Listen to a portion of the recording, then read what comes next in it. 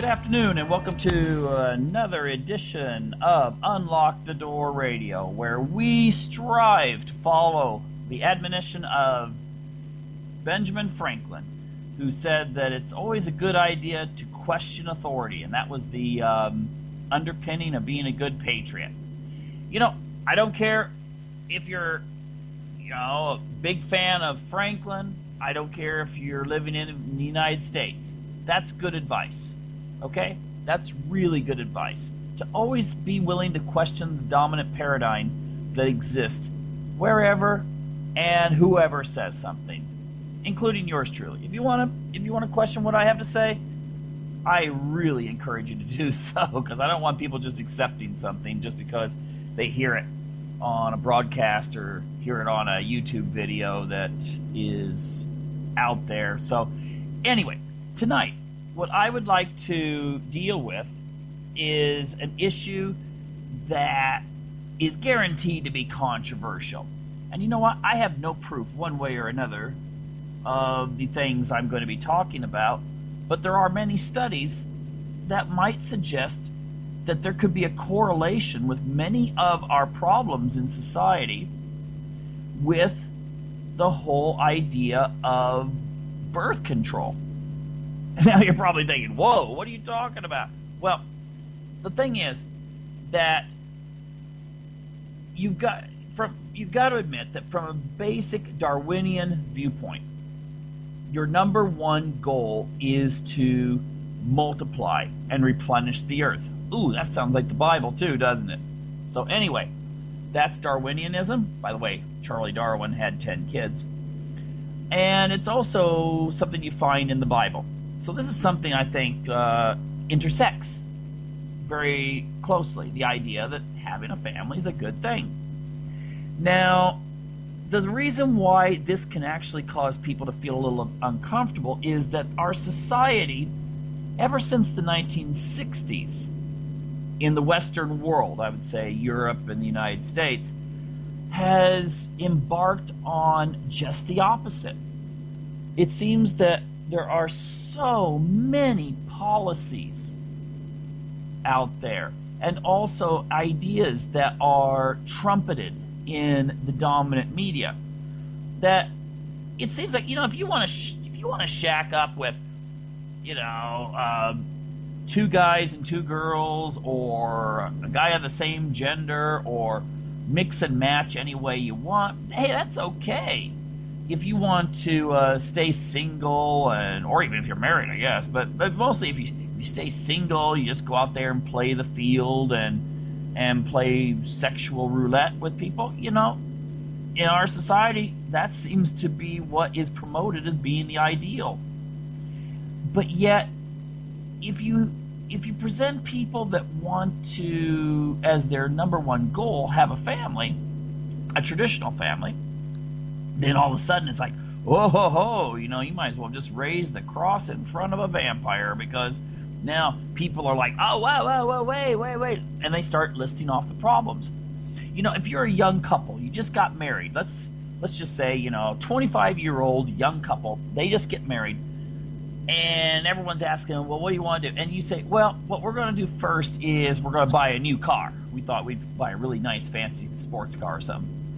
Most people would in our society be like, hey, that sounds cool, man. Instead, if you say, oh, we're going to start trying to have a baby as soon as possible, and it's like, oh, whoa, wait a minute, are you sure? And you know what?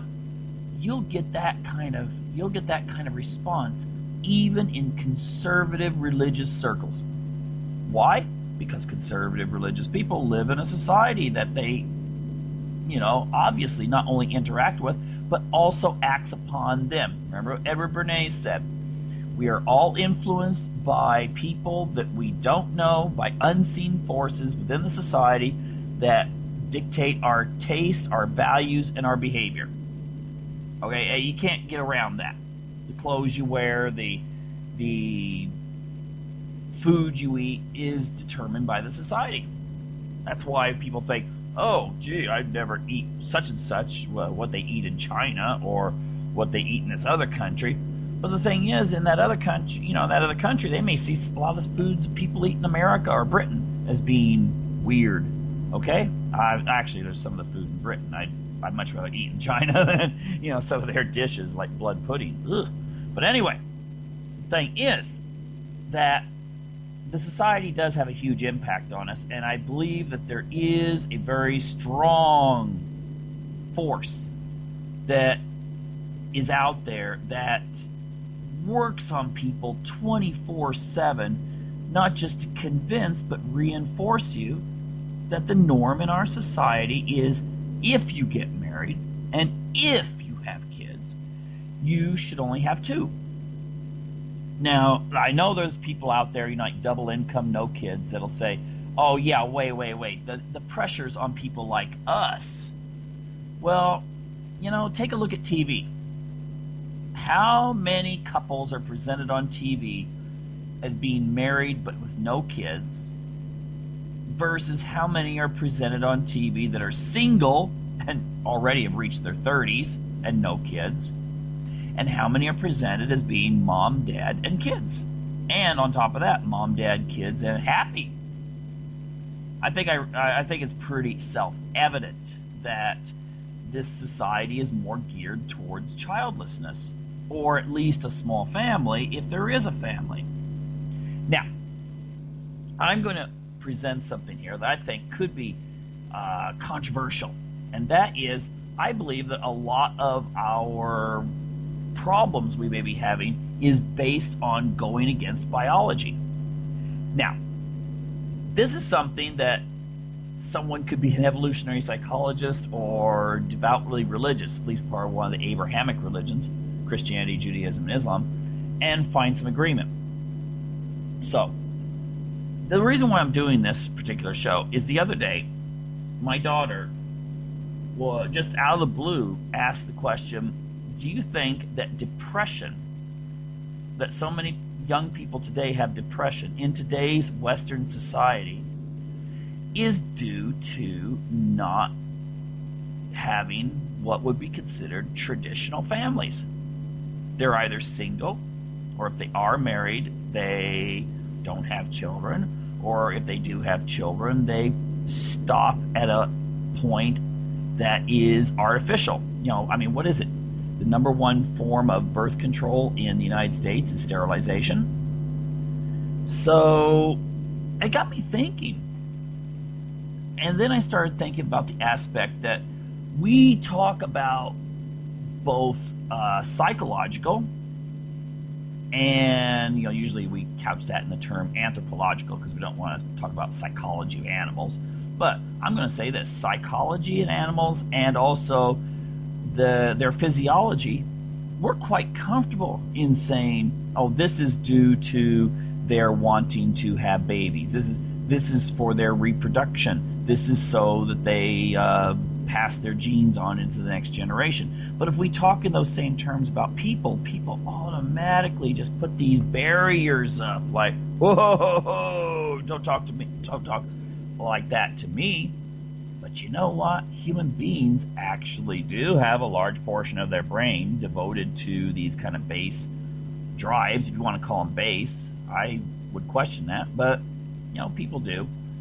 And the other things like hormones, they exist in human beings too, and they may be acting in ways that affect your psychology all the time. But yet human beings are resistant to that because we want to believe that we're not governed by outside forces. But yet, actually, the more you don't believe it, the more you actually are governed by those outside forces. We know that politically. We know that psychologically. I think it also is true with physiology. Now, I'm just going to give you just one example of how our physiology actually is still based on, if you want to call it, the jungle, and how it affects us in modern society. And that is that human beings are designed that when there is food, we eat. Now, if anyone has seen that TV series, what is it called, on Discovery, it's called Naked and Afraid. And in that show, they stick man and woman out in the middle of nowhere with no clothes on, and they have to survive for like a month or so. The thing is that their number one preoccupation, even though they may come from very educated, comfortable backgrounds in modern society, is to get food and then to get shelter.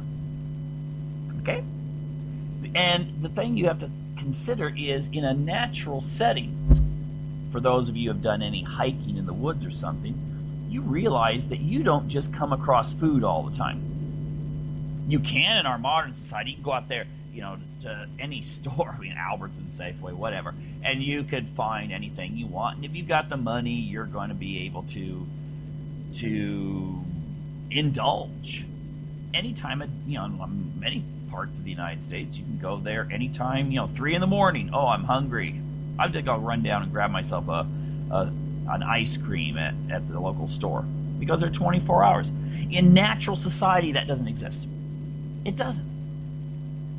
Think about those times you've been hiking in the woods and you don't see an animal. You might see one animal, and it might be a squirrel or something. And then not only do you not see the animals very much, if you do see them, you've got to have the skill to be able to kill them so you can eat them. So that leaves us a problem, doesn't it? If you're out in the middle of nowhere, what do? Well, human psychology would suddenly go and revert back to its normal urges. Actually, I would argue it wouldn't have to revert back very much at all. You would eat whatever you could get your hands on, and you would have long periods of hunger between those times that you got your hands on something. So we still have that ingrained in us, even though we live in a modern society and have done so for at least the last 100 years in Western society, where you're probably not going to starve to death. Our bodies are still programmed to want to forage and eat when it's available. The problem is that makes us obese because we don't move as much as we used to. You look at a picture of people back to the 1950s, and what do you see? You don't see very many obese people at all. Why? Because most people had jobs that still required a great deal of physical labor. You work in a lumber mill or a steel factory or even putting cars together. You move a lot. But yet in our modern society, you don't move so much. But yet we still have all that food available, and we still have our subconscious going, there is food, you must eat. And it takes actually a great deal of willpower to be able to say no to that. So, 1950s, obesity, especially in young people, didn't see hardly any of it. Now that we're in 2014, going on 2015, you see it everywhere. And it's catching on all around the world. Even in China, they're starting to have problems with obesity. So the thing is, it's because our natural bodies are still in control. Now, it's easy for us to see that. It's like, hey, that makes sense. But what about the effects of our thwarting reproduction?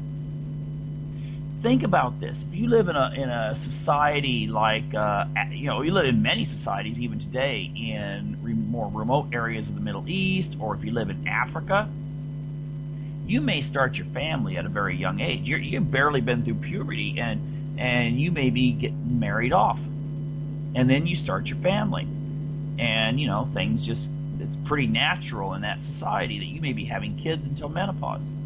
And so if you look at birth trends in Uganda or something, the average woman has 7 or 8 kids. And that's average woman. There are some women that can't have kids. Or women that live in the cities, like Kampala or something like that generally have smaller families. So most people in the society are having lots of kids, okay? And contrary to popular belief, the vast majority of those children are living to adulthood. There's this myth that, people in societies where you have large families, the children just don't live, and that's obviously not true. When England started growing because of its growing prosperity, when the industrial age started, and also vaccination. That enabled England to have more soldiers, but they didn't have as much work at home, so these soldiers went out and were able to conquer a good portion of the world and maintain it. But that was because there were lots of kids surviving until adulthood. So, with the advent of the birth control pill, which I will note, one of the inventors, I read an article where he said that they actually expected that when people had control over their fertility, they would still have a positive birth rate. They had no idea that birth rates would plummet way below replacement. But anyway, that's beside the point. The thing is that most people in modern society do not have more than 2 kids. And a very large portion have no kids. And therefore you get averages like in Italy, like 1.1 children per woman. So I guess in a hypothetical situation, you got 3 couples, one has 2 kids, one has 1 kid, and one has no kids. You average it all together, you've got about, you know what the Italian birth rate is. And that means it'll shrink eventually, unless you come up with some sort of nanotechnology that'll keep people alive, like back in Noah's day. The thing is that the birth rate has gone really low.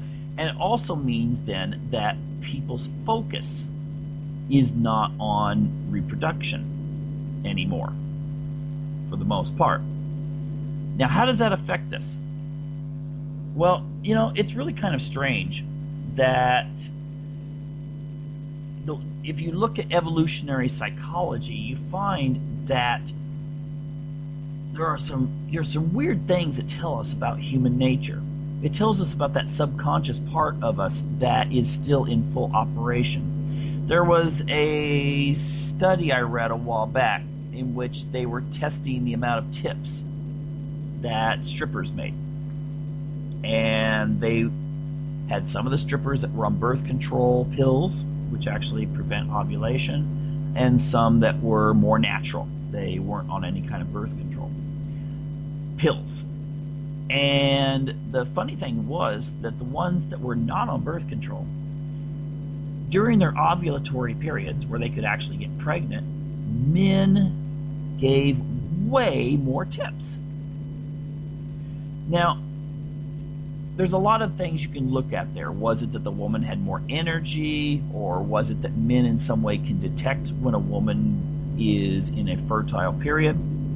Who knows? But the thing is that obviously behavior shifts when reproduction does come in, to the point some people aren't even aware of it. Other studies have shown that women wear more revealing clothes when they are ovulating.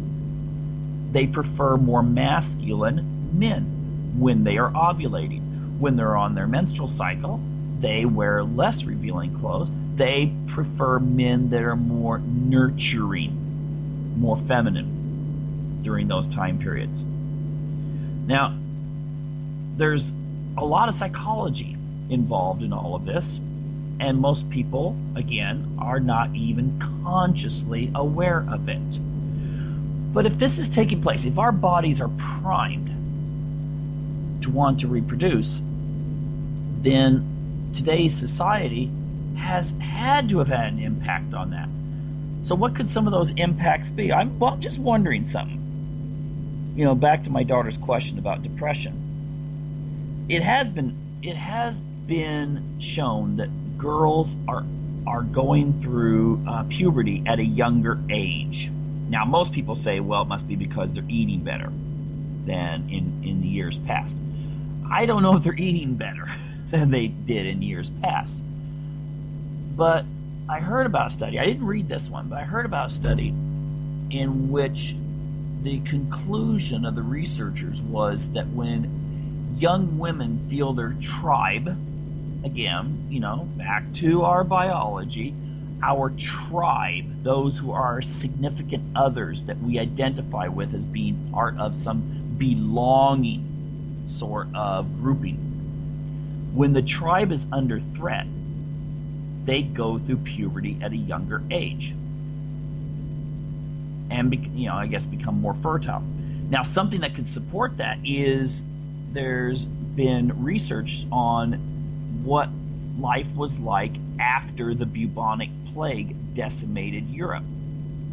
And one of the findings that I thought was really interesting was that women were said to be way more fertile. Now, of course, you could say, well, maybe the women who were healthiest survived the plague, and the weaker ones died, and maybe the weaker ones were less fertile. Who knows? But it might be that when you look around and you see that your village is decimated, you might, your brain might be going, let's make up for this. And therefore, the body starts responding accordingly, and fertility goes up. Now, think about today's society. I mean, the brain is still taking in information that most of our information is never really at our awareness state.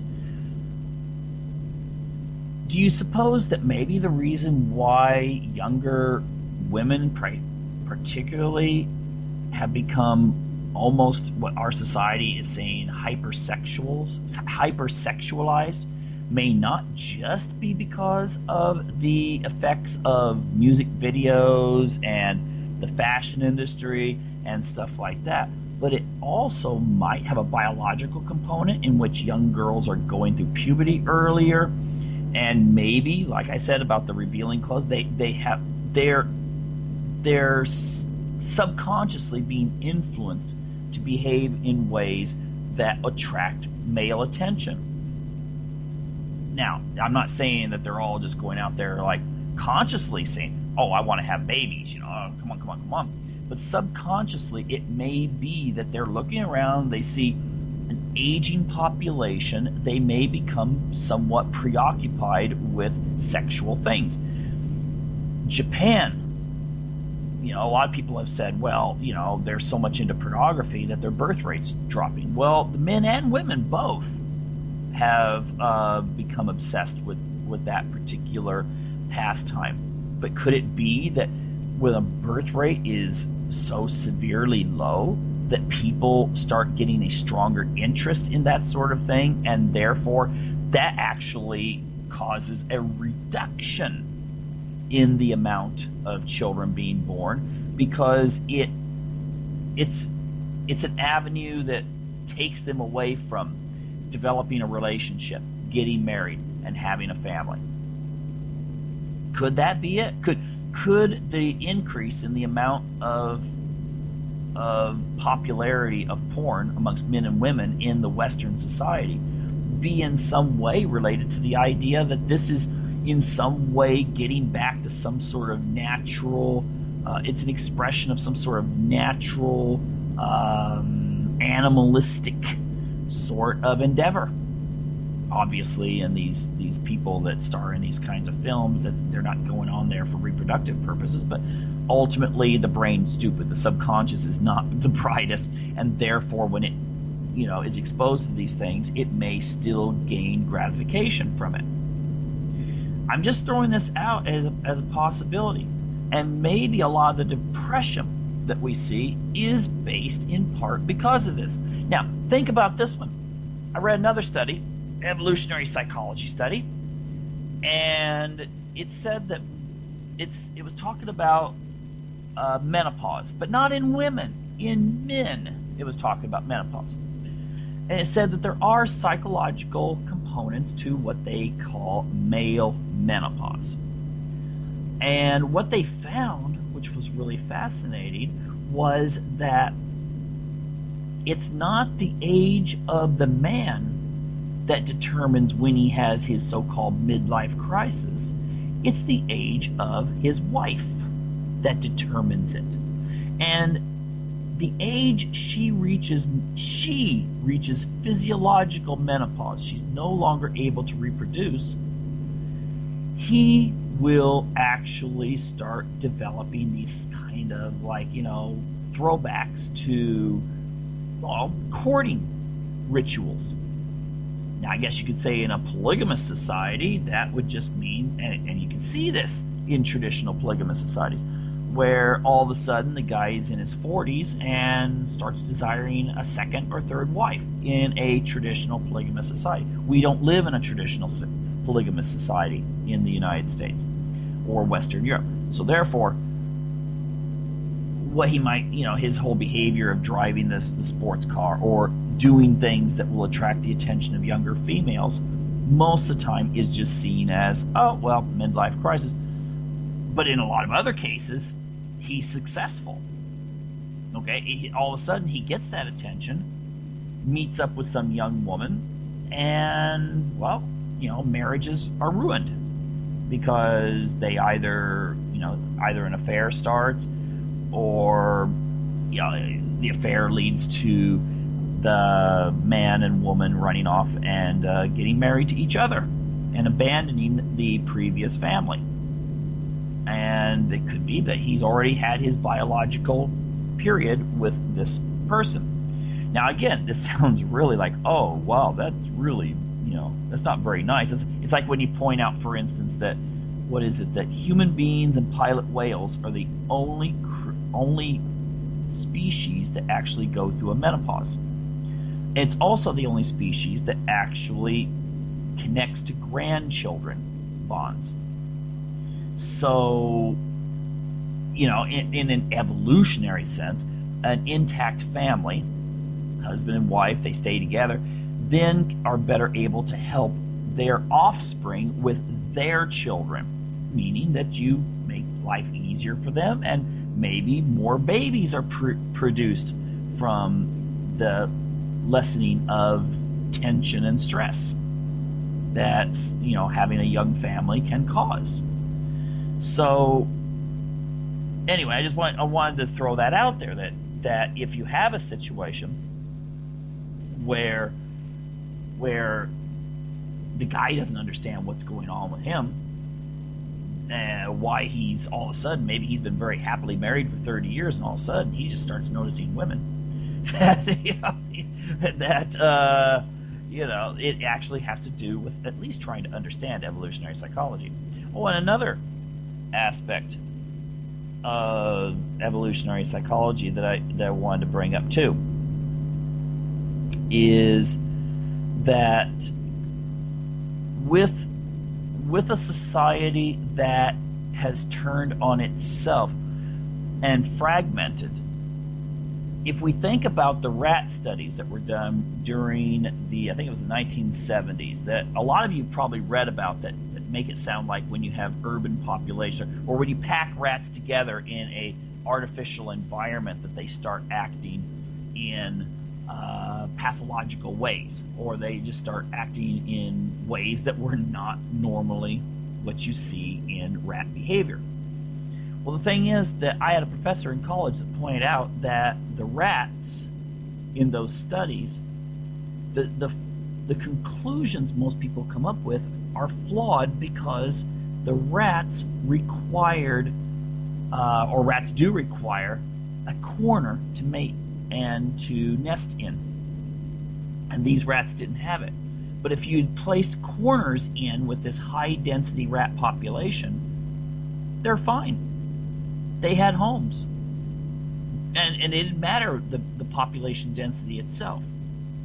So I'm wondering that maybe some of the stuff that's taking place today is we've designed a society with its expectations so anti-childbirth that this actually is what's causing a lot of what you could consider fragmenting of social bonds and alienation, and basically just a disconnect from the kind of values and lifestyle and happiness that people had 60, 70, 80 years ago, even though they had less stuff. Now we have lots of stuff, but we don't have as much happiness. And now we're starting to go through a period, thanks to our wonderful leaders in the West, where our young people we still have the expectations, but we don't, as a society, have the ability to get all the stuff. So people are chasing after all this material wealth, and they're willing to sacrifice family in order to get what's left, what hasn't gone off to another country or been phased out or soon will be replaced with robots. So anyway, I just wanted to throw those thoughts out, and just for people to ponder a little bit.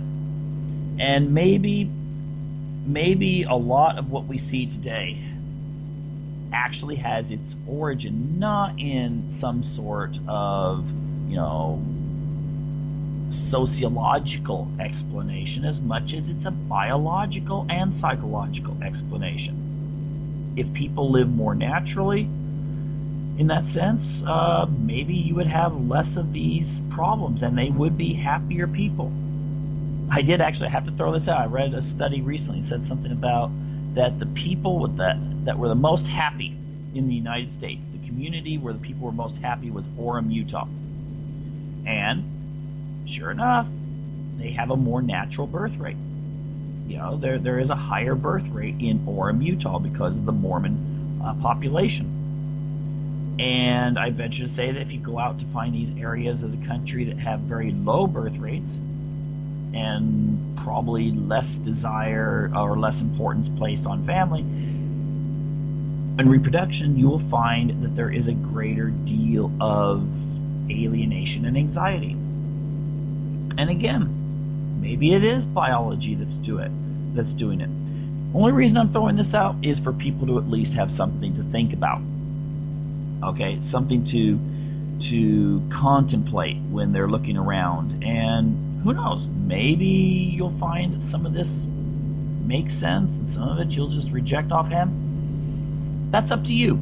That's ultimately what we should be doing with media and alternative media, is to try to examine issues that normally aren't examined in the mainstream press. Anyway, but I'm going to throw this into another issue here, something totally different. And that's because I want to do a repeat. Well, not total repeat, but at least somewhat of a repeat of a previous show that I did and go into more detail. And it's on the idea of the Tea Party people versus the, Hitler and his Nazi movement.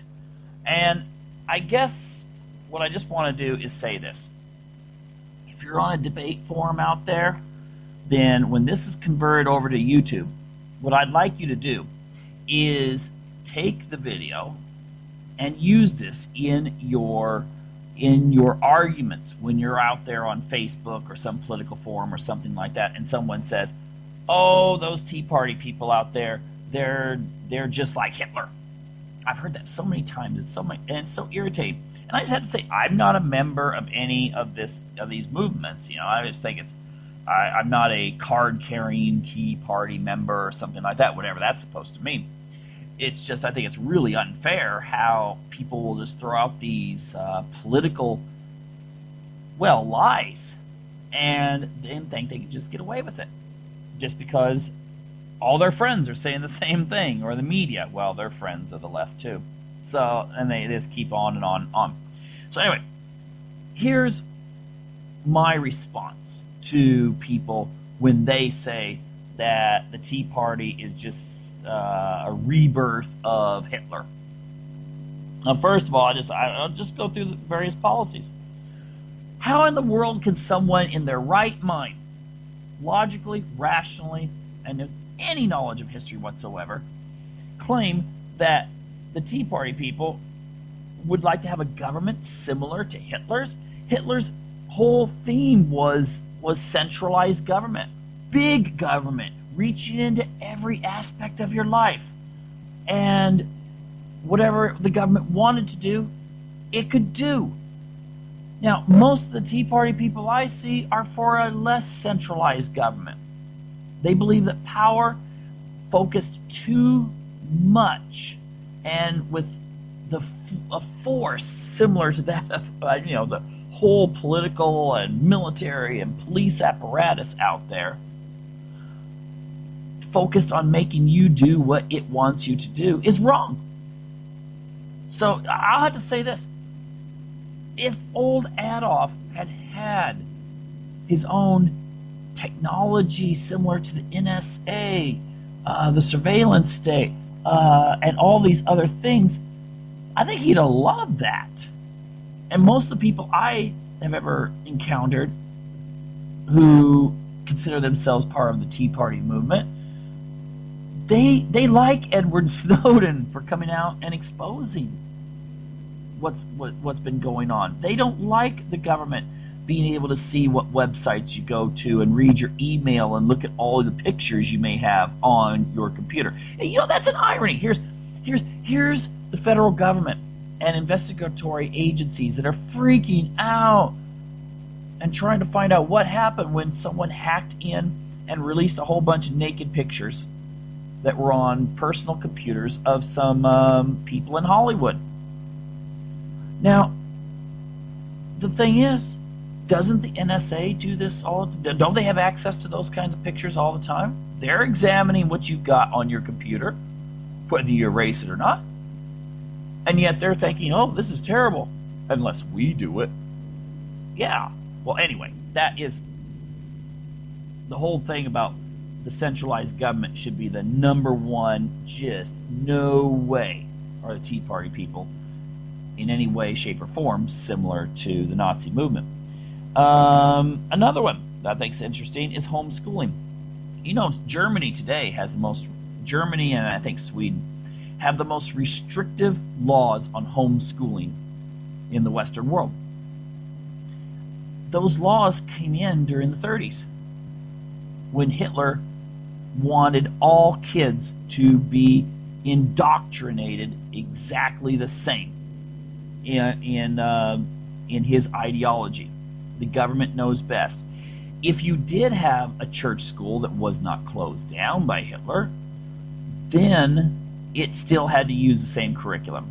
Oh yeah, maybe there's some small community where there's only a little Catholic church school, and I guess that saved money for the Nazis if they could just keep that open. But they had to agree to only teach what the government said to teach. And the thing is that most of your Tea Party people are very pro homeschooling. They believe you should have the right to send your kids to a private school, religious school. Hey, it doesn't matter. You want to send them to a school that the teachers are all Jewish, or teachers are all Muslim, or the teachers are all Christian of this kind or this kind or this kind or whatever. You should have the right to do so. And you know what? If you want to send your kids to an atheist school, well, so what? It's your kids. And that is something that, again, differentiates the Tea Partiers from the Nazis. The Nazis believed your kid belonged to the state. Whereas, that starts sounding like what the left in the United States says, that your kids belong to the village or the state. Okay. Another big difference is faith in leader. Hitler wanted the German people to have faith in him. They even changed songs kids would sing in school to be songs that would praise Hitler. I remember one of them was saying that Hitler was the German people's Lord and Savior, or something to that effect. Never have heard of any Tea Partiers saying that we should have songs dedicated to, Ronald Reagan or someone like that. Oh, the left, there's been some schools around the country that have had songs sung for Obama, but anyway, though, the Tea Party people, they usually, if they have faith in anything, they have faith in their religion. They don't have faith in a political cause or a political slogan. Now, one of the big issues that seems to be central to the Tea Party people is the family. And let me see. Hitler, while he may have made abortion very difficult to get for German women, it was legal for non-German women. And in countries where he took over, where it was illegal, he made it legal. So, obviously, he just saw abortion as a form of, birth control or keeping populations down of people he didn't like. But he only restricted abortion for the people that he wanted to have more kids.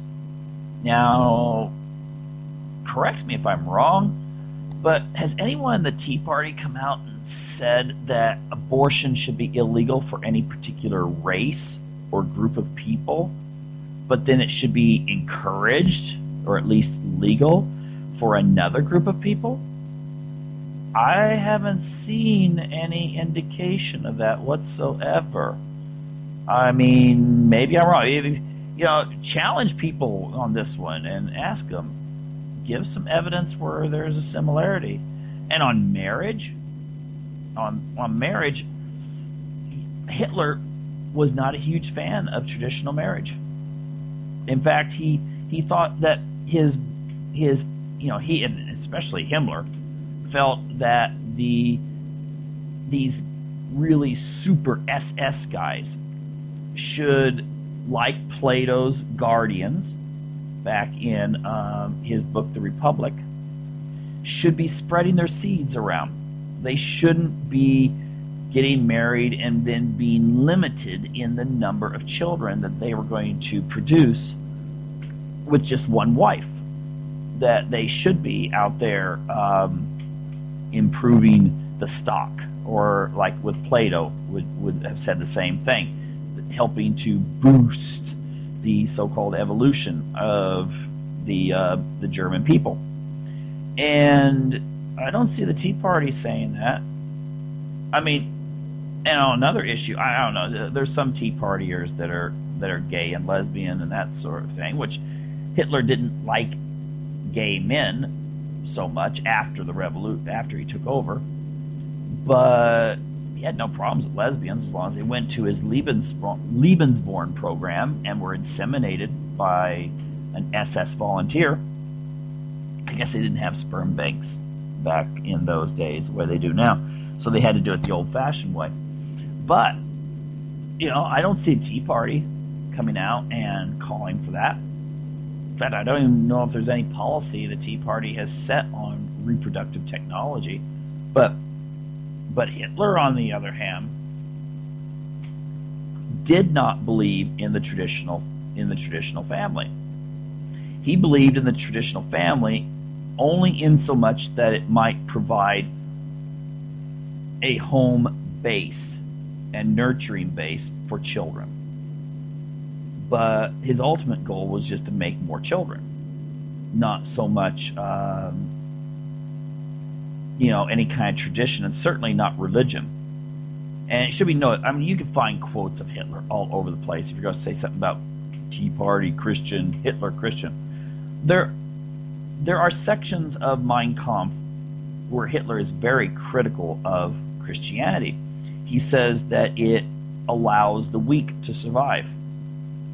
Yeah, I mean, with Christian charity, there's someone who's deformed or weak or whatever, and you see it as some sort of duty to reach out and help them. Hitler saw that as, well, you're keeping someone alive who in nature would have died of their problems.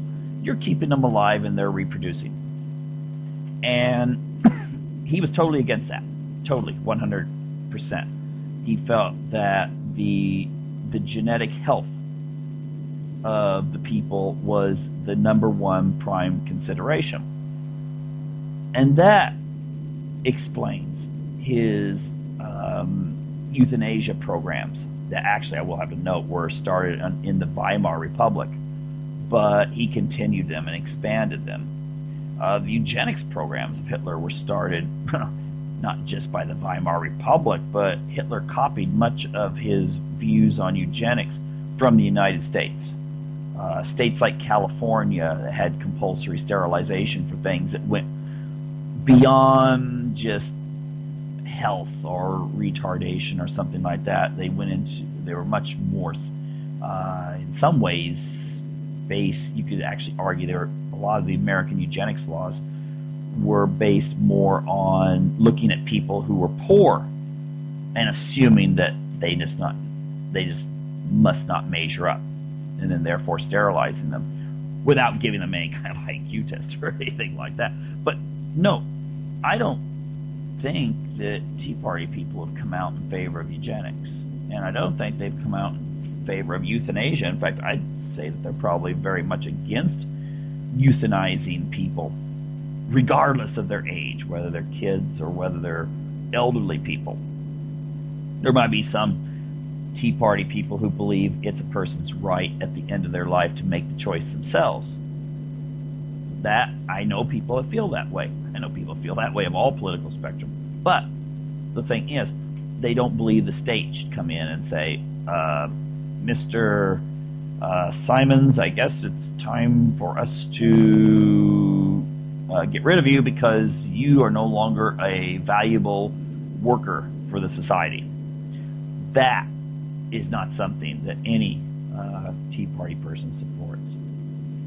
So, yeah, I mean, so far we've dealt with the schooling, the Tea Party people, 100% contrary to the Nazi mentality. Totally different viewpoint on centralized government. Totally different viewpoint on worshiping an individual and respecting an individual rather than an ideal or anything that would refer to some sort of principles. Maybe Tea Party people talk about the Constitution, but they mostly are seeing the Constitution as a protection from government. Hitler didn't want protection from government. He thought government should be the all-powerful force in his new form of evolution. And that brings me to another point. Hitler was, as I was saying about religion, there's some parts where he'll get up in front of a bunch of people and say, I am trying to bring in God's will. But that's more, what's he supposed to get up and say? Hey, everyone, I want to impose this, and this policy, and then I want to go invade a bunch of countries. Vote for me. Probably wouldn't have worked so well. But if you really read his writings, he was very negative towards Christianity. And if you read his other, a lot of his writings, you find that he was more of a New Ager. He was very much in this idea that there was some sort of metaphysical ideal for the German people, and that this was a preordained destiny for the German people to conquer the world and to reestablish this golden age that had existed back in the Atlantean era. So, and you look it up. I mean, you could look it up for yourself. Hitler, Atlantis. You'll find that he was very much obsessed with this. And he and Himmler were not just obsessed with some sort of breeding program to make human beings healthier, stronger, more intelligent, that sort of thing. His, at least, is spelled out by Himmler at least, Himmler's goal was to return people back to a human that had existed during our ancient history that was more advanced than they are today. So it was transhumanism.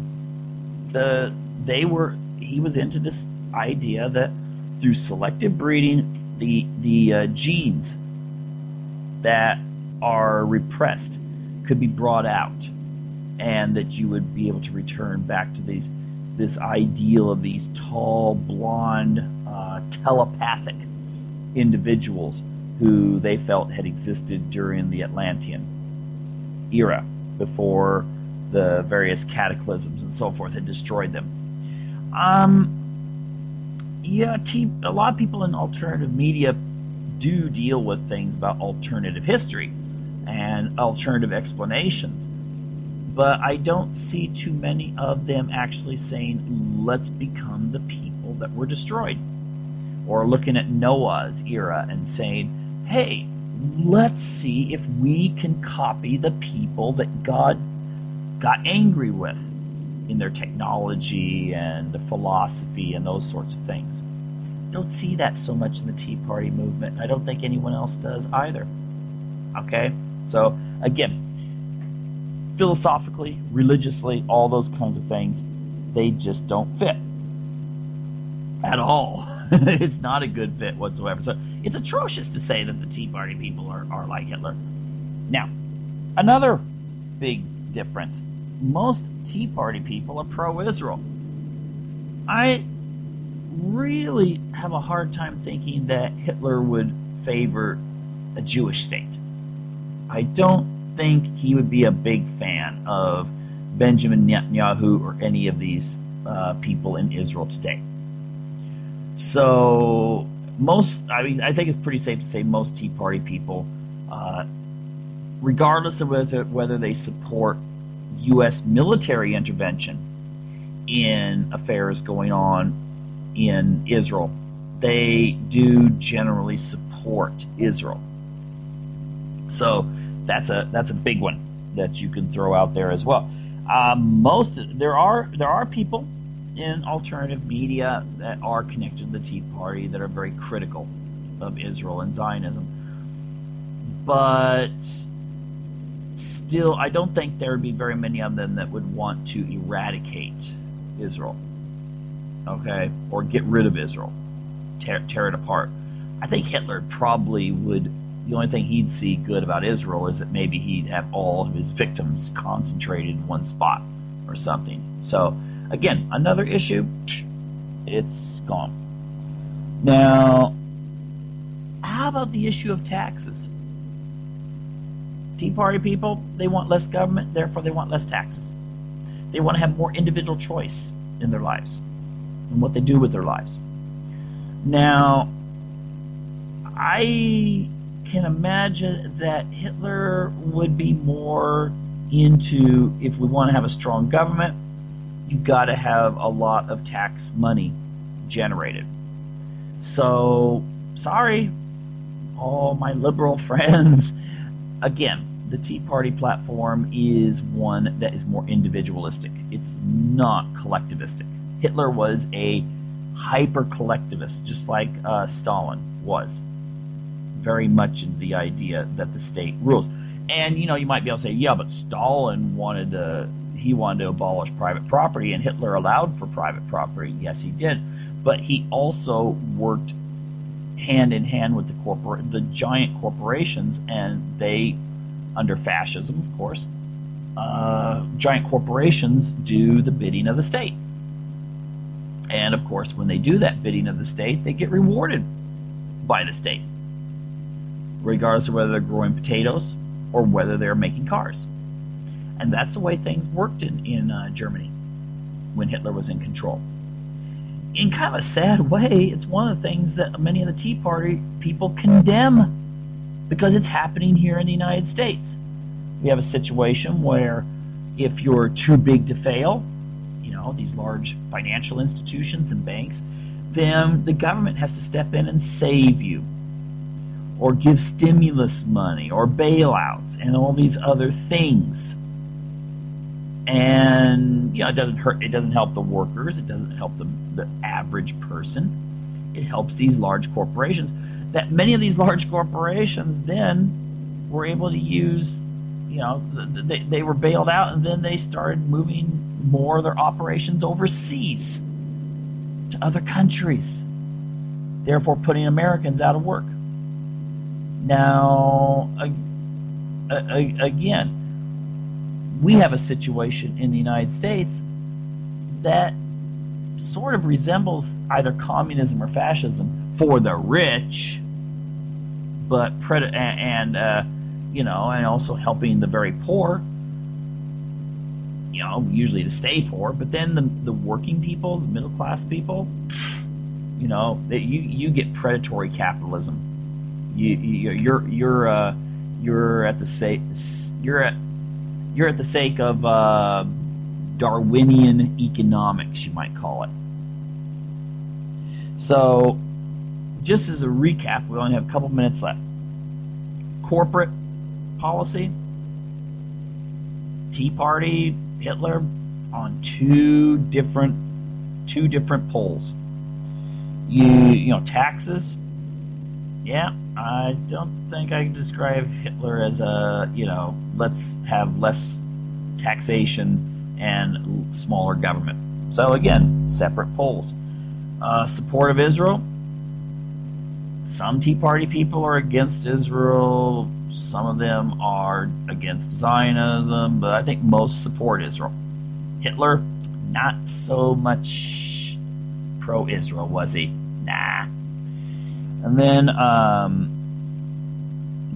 kind of New Age, transhumanism, philosophy towards science and metaphysics and that sort of thing. Not too many Tea Party people would find much agreement with Hitler and Himmler on that one. Marriage and family, again, the polar opposites in those respects. And, you know, faith in a all-knowing leader. The only people I see that have almost a religious devotion to a man nowadays are the people that support Obama. Centralized government, schooling. Ultimately, again, Hitler was a person who believed in collectivism. What is good for the state is good for the state, and the people have to fall in behind it like some sort of hive or anthill following the queen. The Tea Party people tend to be hyper-individualistic. They don't like to be part of some sort of collective that tells them how they should raise their kids, how they should conduct their lives, and ultimately that they should put their trust in a very powerful central government. So again, there's no connections between these two philosophies. And so therefore, when liberals or left are saying, oh yeah, Tea Party, you're all this and this and this, that is so easy to refute. It's like, it's like accusing a vegan of eating too much meat. I mean, it's just like, what? Come on, it doesn't make sense. And people have to confront these people over this and stand up to them. Anyway, that's all for this episode, and encourage you to tune in again next week. Visit my YouTube station, by the way, under Michael Cross, and I'll see you guys later here at Unlock the Door Radio.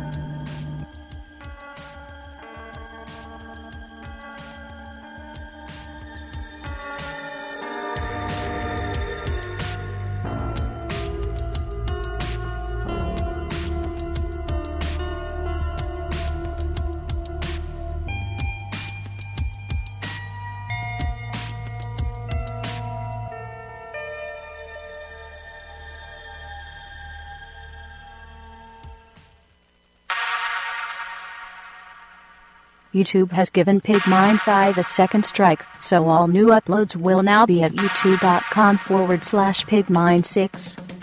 Please visit Pigmine6 to subscribe to the new channel and show your support. Uploads from all Pigmine channels can be found at www.pigminenews.com.